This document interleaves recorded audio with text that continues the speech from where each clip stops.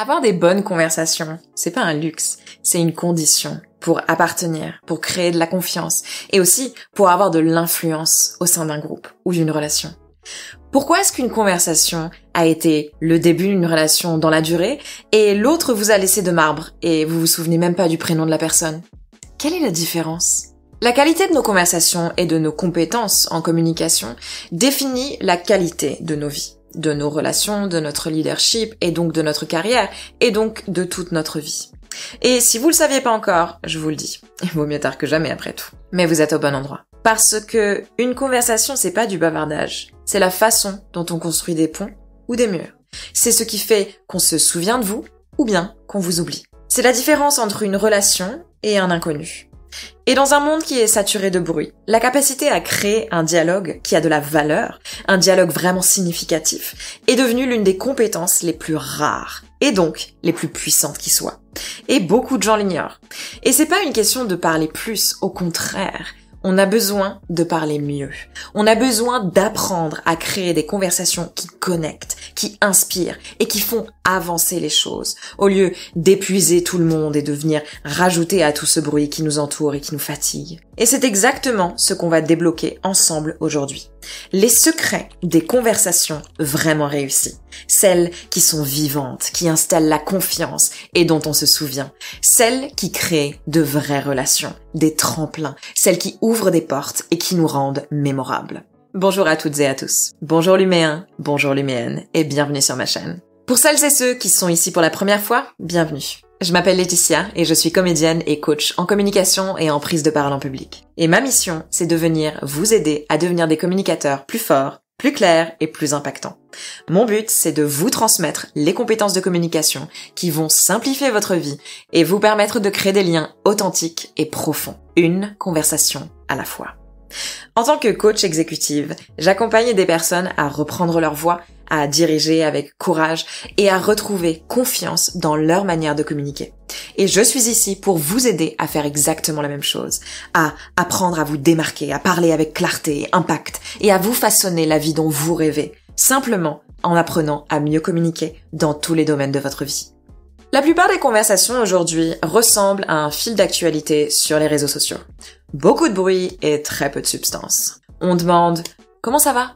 sans vraiment vouloir savoir. On parle, mais on connecte pas vraiment. On passe notre vie à parler. Et pourtant, très peu d'entre nous apprennent un jour à avoir une vraie conversation. On interrompt, on fait plusieurs choses à la fois, on écoute à moitié juste en attendant notre tour pour parler. Et on s'étonne que nos relations, nos réunions et même nos amitiés finissent souvent par sembler superficielles ou tendues. Mais la bonne nouvelle, c'est que l'art de la conversation, tout comme la communication dans son sens général, n'est pas un don inné. On ne naît pas bon communicateur, c'est une compétence. Et comme toute compétence, ça s'apprend, ça se pratique et ça se maîtrise. Les meilleurs communicateurs, les leaders qu'on a réellement envie de suivre, le savent tous. Les bonnes conversations ne dépendent pas du fait d'être extraverti ou brillant, d'avoir plus de connaissances ou un meilleur vocabulaire. Elles dépendent de votre capacité à être présent, curieux et à l'écoute de l'autre. Parce que quand on apprend vraiment à se connecter aux autres dans une conversation, tout change. On ne redoute plus le small talk. On crée des vrais moments de connexion. On se sent plus ignoré ou petite. On devient mémorable. On ne subit plus les conversations. On les guide. Et c'est exactement ce qu'on va explorer ensemble aujourd'hui. Dans cette vidéo, je vais vous partager les 5 clés qui font les meilleures conversations. Prouvées par la science, évidemment. Pour transformer votre manière dont vous communiquez lors de vos prochaines conversations, pour arrêter de blablater et de commencer à créer des réelles connexions. Au travail, au resto, à la maison et dans toutes les pièces où vous entrez. Pratique et bien sûr, immédiatement applicable pour transformer n'importe quel futur échange en un dialogue authentique qui crée de la confiance, de la clarté et de la collaboration et qui renforce votre confiance en vous et votre charisme. Alors, allez vous chercher un café ou votre thé et installez-vous confortablement, un bloc-notes et un stylo, c'est parti. La plupart des conversations échouent avant même d'avoir commencé. Pas parce qu'on dit quelque chose de faux, mais parce qu'on n'est pas dans le même rythme. Vous connaissez tous cette sensation. Vous parlez, la personne en face hoche poliment la tête, mais vous sentez que la connexion passe pas. C'est comme parler deux langues différentes avec les mêmes mots. Les bonnes conversations, celles qui semblent vivantes et qui sont passionnantes, fonctionnent un peu comme du jazz. Elles ont du rythme, elles respirent. En fait, elles se construisent entre deux forces invisibles qui, à partir de maintenant, seront visibles pour vous, évidemment. L'alignement et l'élan. Premièrement, voyons l'alignement. Le neuroscientifique Matthew Lieberman à UCLA a découvert quelque chose d'extraordinaire. Quand deux personnes se connectent vraiment, leur cerveau se synchronise littéralement. C'est un phénomène qu'il appelle le couplage neuronal. Vous savez ce qu'on dit, être sur la même longueur d'onde? Eh ben c'est exactement ça, mais au niveau neuronal. Grâce à des IRM fonctionnels, il a montré que le cerveau de l'auditeur reflète presque parfaitement l'activité du cerveau du locuteur, comme si les deux esprits dansaient la même chorégraphie en même temps. C'est pour ça que vous finissez parfois les phrases de quelqu'un. C'est pour ça qu'une conversation profonde peut vous énergiser pendant des heures et qu'une conversation artificielle et superficielle peut vous vider en 5 minutes. Votre système nerveux scanne en permanence. Est-ce qu'on est en phase? Est-ce que je me sens en sécurité? Est-ce que je peux baisser la garde?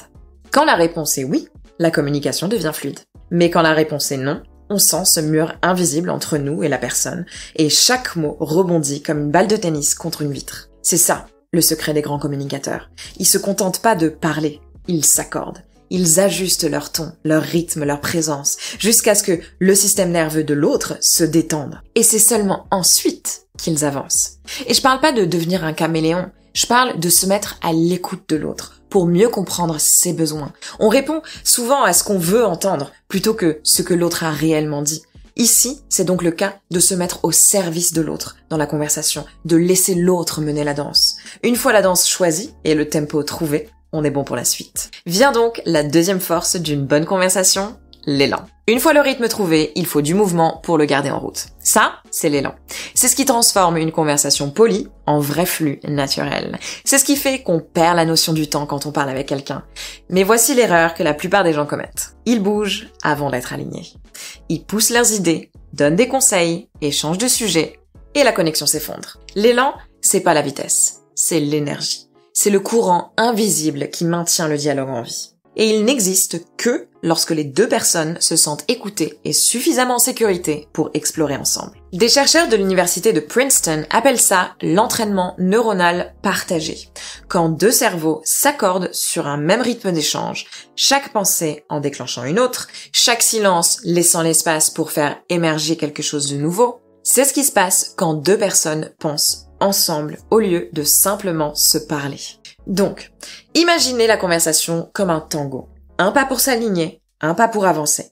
Si vous faites qu'imiter, vous restez sur place. C'est peut-être agréable, mais ça reste oubliable. Si vous ne faites qu'avancer sans écouter, vous écraserez l'autre.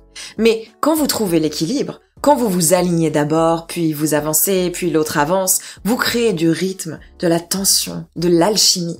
La danse devient fluide entre vous, et donc la conversation devient vivante.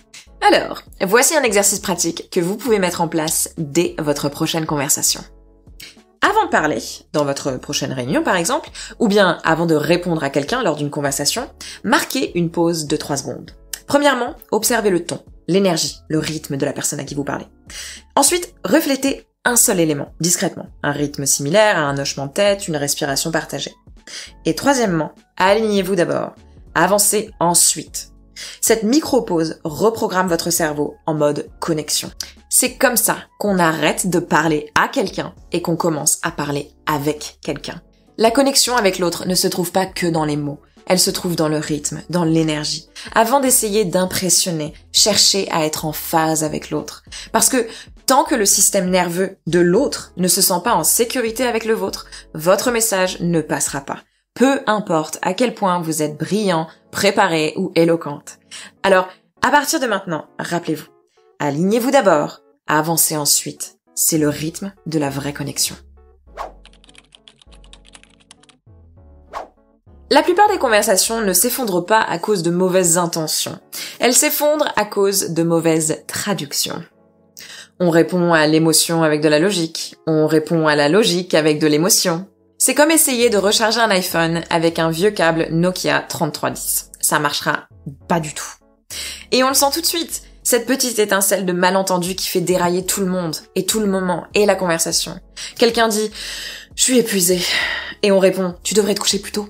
Ou bien ils disent « Ah, mon boss me frustre tellement », et on saute sur « Tu devrais en parler au RH ».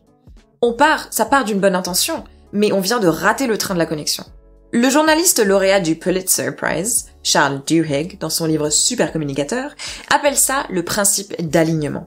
Il explique que chaque conversation se déroule sur 3 voies possibles et qu'on passe de l'une à l'autre sans s'en rendre compte. La première voie, c'est la pratique. C'est celle qui est centrée sur l'organisation ou la résolution d'un problème. Quel est le plan? Comment est-ce qu'on règle ça? La deuxième, c'est émotionnel, celle qui est centrée sur l'expression ou le traitement d'une émotion. J'ai juste besoin d'en parler ou ça m'a vraiment blessé, par exemple.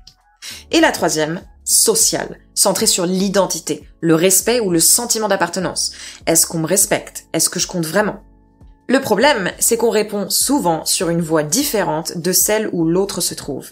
L'autre est par exemple sur émotion et on répond pratique. L'autre est sur social et on répond logique. Et c'est là où la déconnexion se passe. C'est pas que les mots ou les intentions sont mauvais ou faux, c'est juste qu'ils sont joués à la mauvaise tonalité. Donc, comment est-ce qu'on résout ce problème? Avant de répondre, prenez une respiration et demandez-vous silencieusement. Est-ce que cette personne a envie d'être aidée, câlinée ou entendue? Autrement dit, aider, réconforter ou écouter. S'ils veulent être aidés, vous passez en mode solution. S'ils veulent être réconfortés, commencez par reconnaître leurs émotions. Ça a l'air vraiment difficile par exemple. Et s'ils veulent être écoutés, laissez-leur l'espace. Racontez-moi comment ça s'est passé. Une seule question. 5 secondes peut reconstruire des ponts que des années de malentendus ont brûlés. Les recherches du Harvard Negotiation Project, William Ury, auteur de Getting to Yes, montrent que dans 70% des conflits interpersonnels, ce que les gens veulent vraiment, c'est pas l'accord, c'est la reconnaissance. Dès qu'ils se sentent vus, leur système nerveux se détend, leur mode défensif tombe et le dialogue redevient possible. En termes de neurosciences, cette reconnaissance active le cortex préfrontal ventromédian, qui diminue la réaction de menace dans l'amygdale. Traduction? L'empathie, donc reconnaître et nommer l'émotion de l'autre en face de nous, baisse littéralement le volume du conflit. Donc, la prochaine fois que quelqu'un vous confie quelque chose, peu importe quoi, résistez à l'envie de réparer. À la place, faites une pause. Reformulez ce que vous avez compris. Donc, vous vous êtes senti mis de côté pendant cette réunion, par exemple, et ensuite, attendez et demandez-vous. Aider, câliner ou écouter? Ce miroir de 10 secondes crée un alignement immédiat. Parce que pendant un instant, ils n'entendent pas seulement vos mots, ils ressentent votre compréhension. Commencer une conversation par une question est un excellent moyen de trouver cet alignement et de pouvoir commencer le tango tout en douceur. L'art de la conversation ne consiste pas à dire la bonne chose. Il consiste à répondre sur la bonne fréquence. Laissez-vous guider par l'autre. Avant de parler, synchronisez-vous. Aidez, réconfortez ou écoutez. La personne à qui vous parlez vous donnera cette information si vous la laissez faire. C'est votre clé secrète pour décoder la connexion humaine. Et quand vous maîtrisez ça, vous arrêtez de gérer les conversations et vous commencez à les transformer en de vraies connexions. Ok, maintenant que vous êtes alignés, il est temps d'ajouter de l'élan, notre deuxième mouvement dans notre belle symphonie en conversation majeure. Rien ne tue la connexion plus vite que des questions plates et superficielles. Vous faites quoi dans la vie? Vous avez eu beaucoup de travail dernièrement? Ces questions, c'est du carton conversationnel. Techniquement comestible, ça va pas vous tuer, mais ça a vraiment pas de goût. Si vous êtes déjà sorti d'une conversation en pensant « Pourquoi est-ce que ça sonnait si creux ?» vous êtes pas seul. La vérité, c'est que la plupart des conversations meurent parce qu'elles affament nos cerveaux. Elles ne lui donnent rien à manger, rien à ressentir. On recycle les mêmes scripts sociaux. Comment ça va? Vous êtes occupé en ce moment? Vous travaillez dans quel secteur? Et ensuite, on s'étonne que les réponses aient la texture de carton. Notre cerveau est programmé pour la récompense. Chaque fois qu'on anticipe quelque chose d'agréable ou de significatif, le cerveau libère de la dopamine. C'est la molécule de la motivation, de la mémoire et de la curiosité. Et voici la partie fascinante. La dopamine ne nous fait pas seulement du bien. Elle nous fait nous souvenir de la personne qui nous a fait du bien. Quand vous déclenchez de la dopamine dans une conversation, et donc dans le cerveau de la personne à qui vous parlez, vous devenez littéralement plus mémorable, plus magnétique et plus digne de confiance. C'est pas la poésie, c'est de la neuroscience. Une étude publiée en 2017 dans Nature Neuroscience a montré que la dopamine renforce la capacité de l'hippocampe à stocker les souvenirs émotionnels. Traduction ? On se souvient de celles et ceux qui nous ont fait ressentir quelque chose de positif. C'est pour ça qu'on n'oublie jamais comment quelqu'un nous a fait nous sentir, même quand on oublie ce qu'il nous a dit. Si tant de conversations paraissent vides, c'est simple. On pose, sans le vouloir, des questions qui orientent le cerveau vers le négatif ou le neutre. Quand vous demandez « Vous avez été très occupé ces derniers temps ?» Le cerveau cherche des preuves de stress, de travail. Quand vous demandez « Vous êtes fatigué ?» Il scanne la fatigue. Mais quand vous demandez des questions comme « Qu'est-ce qui vous a rendu heureux cette semaine ?» Ou bien encore « Qu'est-ce qui vous a donné de l'énergie aujourd'hui ?» Le cerveau part à la chasse au trésor de la joie. Ce simple basculement du stress vers le positif change toute la biochimie de l'échange. Vous ne faites plus que du small talk. Vous êtes en train de reprogrammer leur cerveau en temps réel pour qu'ils se sentent plus positifs, plus connectés. Et cette sensation, ils vont l'associer à vous. La chercheuse en comportement Vanessa Van Edwards a étudié 500 conversations de speed networking. Elle a découvert que les échanges les mieux notés et les plus mémorables avaient tous un point commun. Ils déclenchaient de la dopamine. Les personnes qui posaient des questions autour de l'enthousiasme, de l'attente ou de la joie, par exemple, vous travaillez sur quelque chose de fun en ce moment? Ou bien encore, vous avez des projets que vous attendez avec impatience? Étaient perçues comme plus chaleureuses, plus intelligentes et plus charismatiques que celles qui posaient les clichés habituels du small talk, ou bien des questions négatives ou neutres. C'était pas une question de personnalité, c'était une question de direction dans les questions. Donc, comment on fait, concrètement, pour poser des questions qui vont venir déclencher de la dopamine chez nos interlocuteurs? Avant de parler, passez vos questions à travers 3 filtres. Est-ce que votre question pousse le cerveau de votre interlocutrice à chercher quelque chose de positif? Par exemple, qu'est-ce qui vous a fait sourire aujourd'hui? Plutôt que journée compliquée? Deuxièmement, est-ce qu'elle parle de mouvement vers l'avant ou bien d'anticipation? Qu'est-ce qui vous réjouit dans la semaine à venir? Plutôt que qu'est-ce que vous avez fait la semaine dernière? Et troisièmement, est-ce qu'elle laisse de la place pour une histoire? Qu'est-ce qui vous inspire en ce moment? Plutôt que ça va? Si votre question déclenche de la joie, de la curiosité ou de l'anticipation, vous êtes en territoire dopamine. Parce que, contrairement à ce qu'on pourrait penser, la mémoire est guidée par l'émotion, pas par la logique.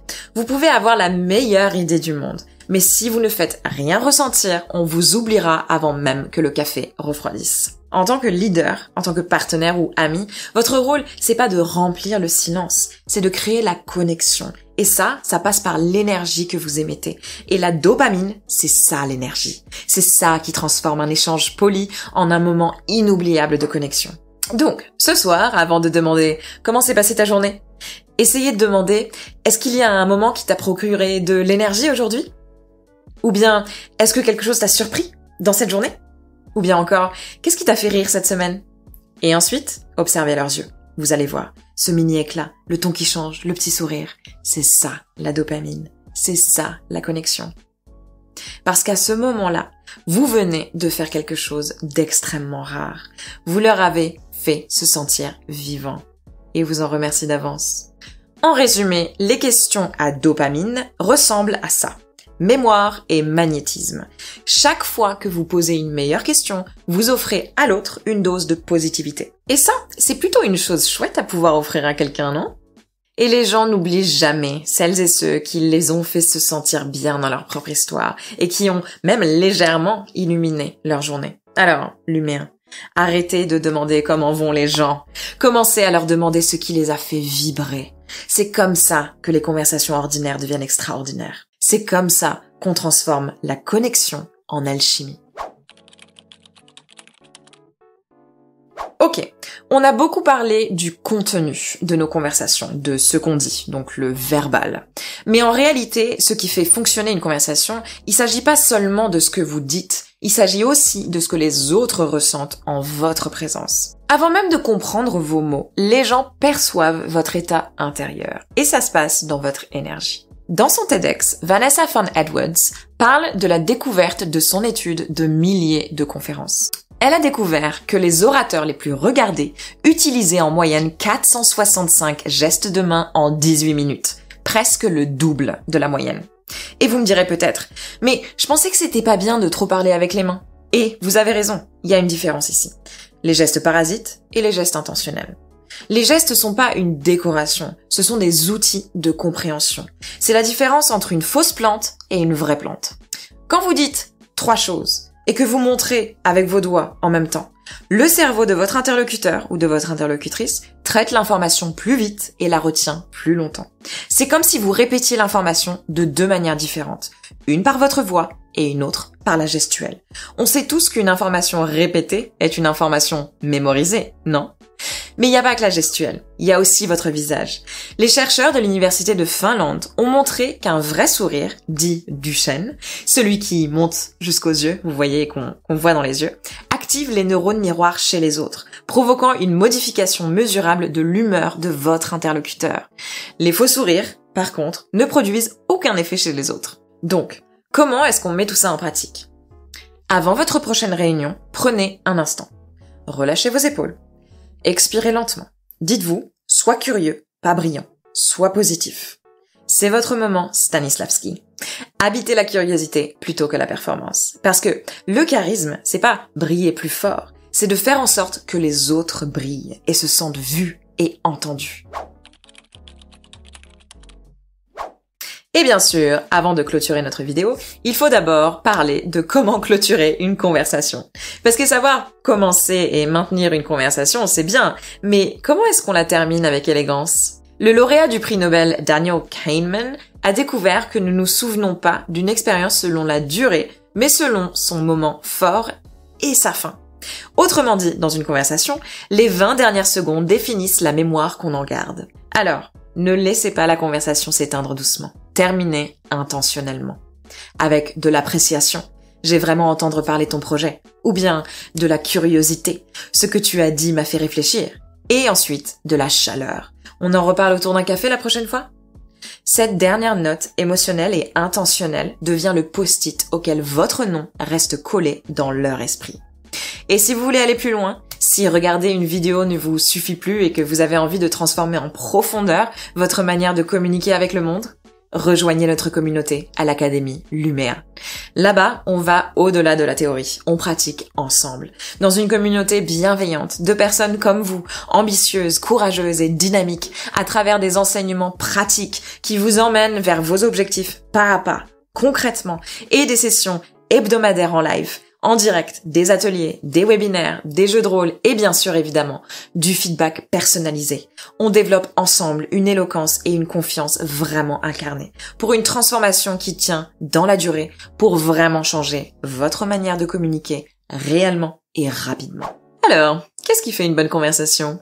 C'est pas une question de chance, de charme ou de charisme. C'est une question de conscience, d'alignement et d'authenticité, de curiosité. On s'accorde avant d'avancer.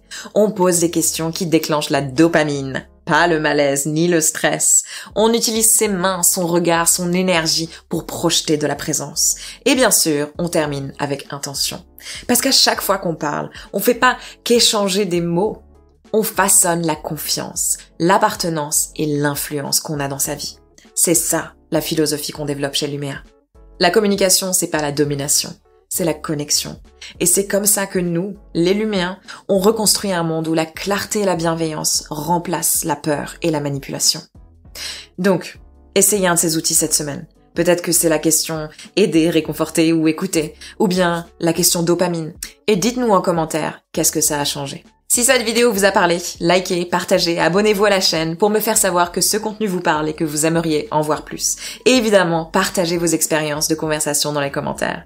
Parce que c'est ensemble qu'on construit la confiance. Et chacun et chacune d'entre nous peut montrer l'exemple. Chaque conversation est un terrain de jeu. Chaque conversation est une opportunité d'apprendre et de connecter. Et si vous voulez continuer votre apprentissage à mes côtés, regardez la vidéo qui s'affiche sur votre écran maintenant. Ou bien, rejoignez-nous dans l'Académie Luméa pour encore plus de contenu et un accompagnement spécialisé sur mesure. Hâte de vous y retrouver. Mais d'ici là, prenez soin de vous les amis. Suivez votre passion et surtout, exprimez-vous. Ciao, ciao!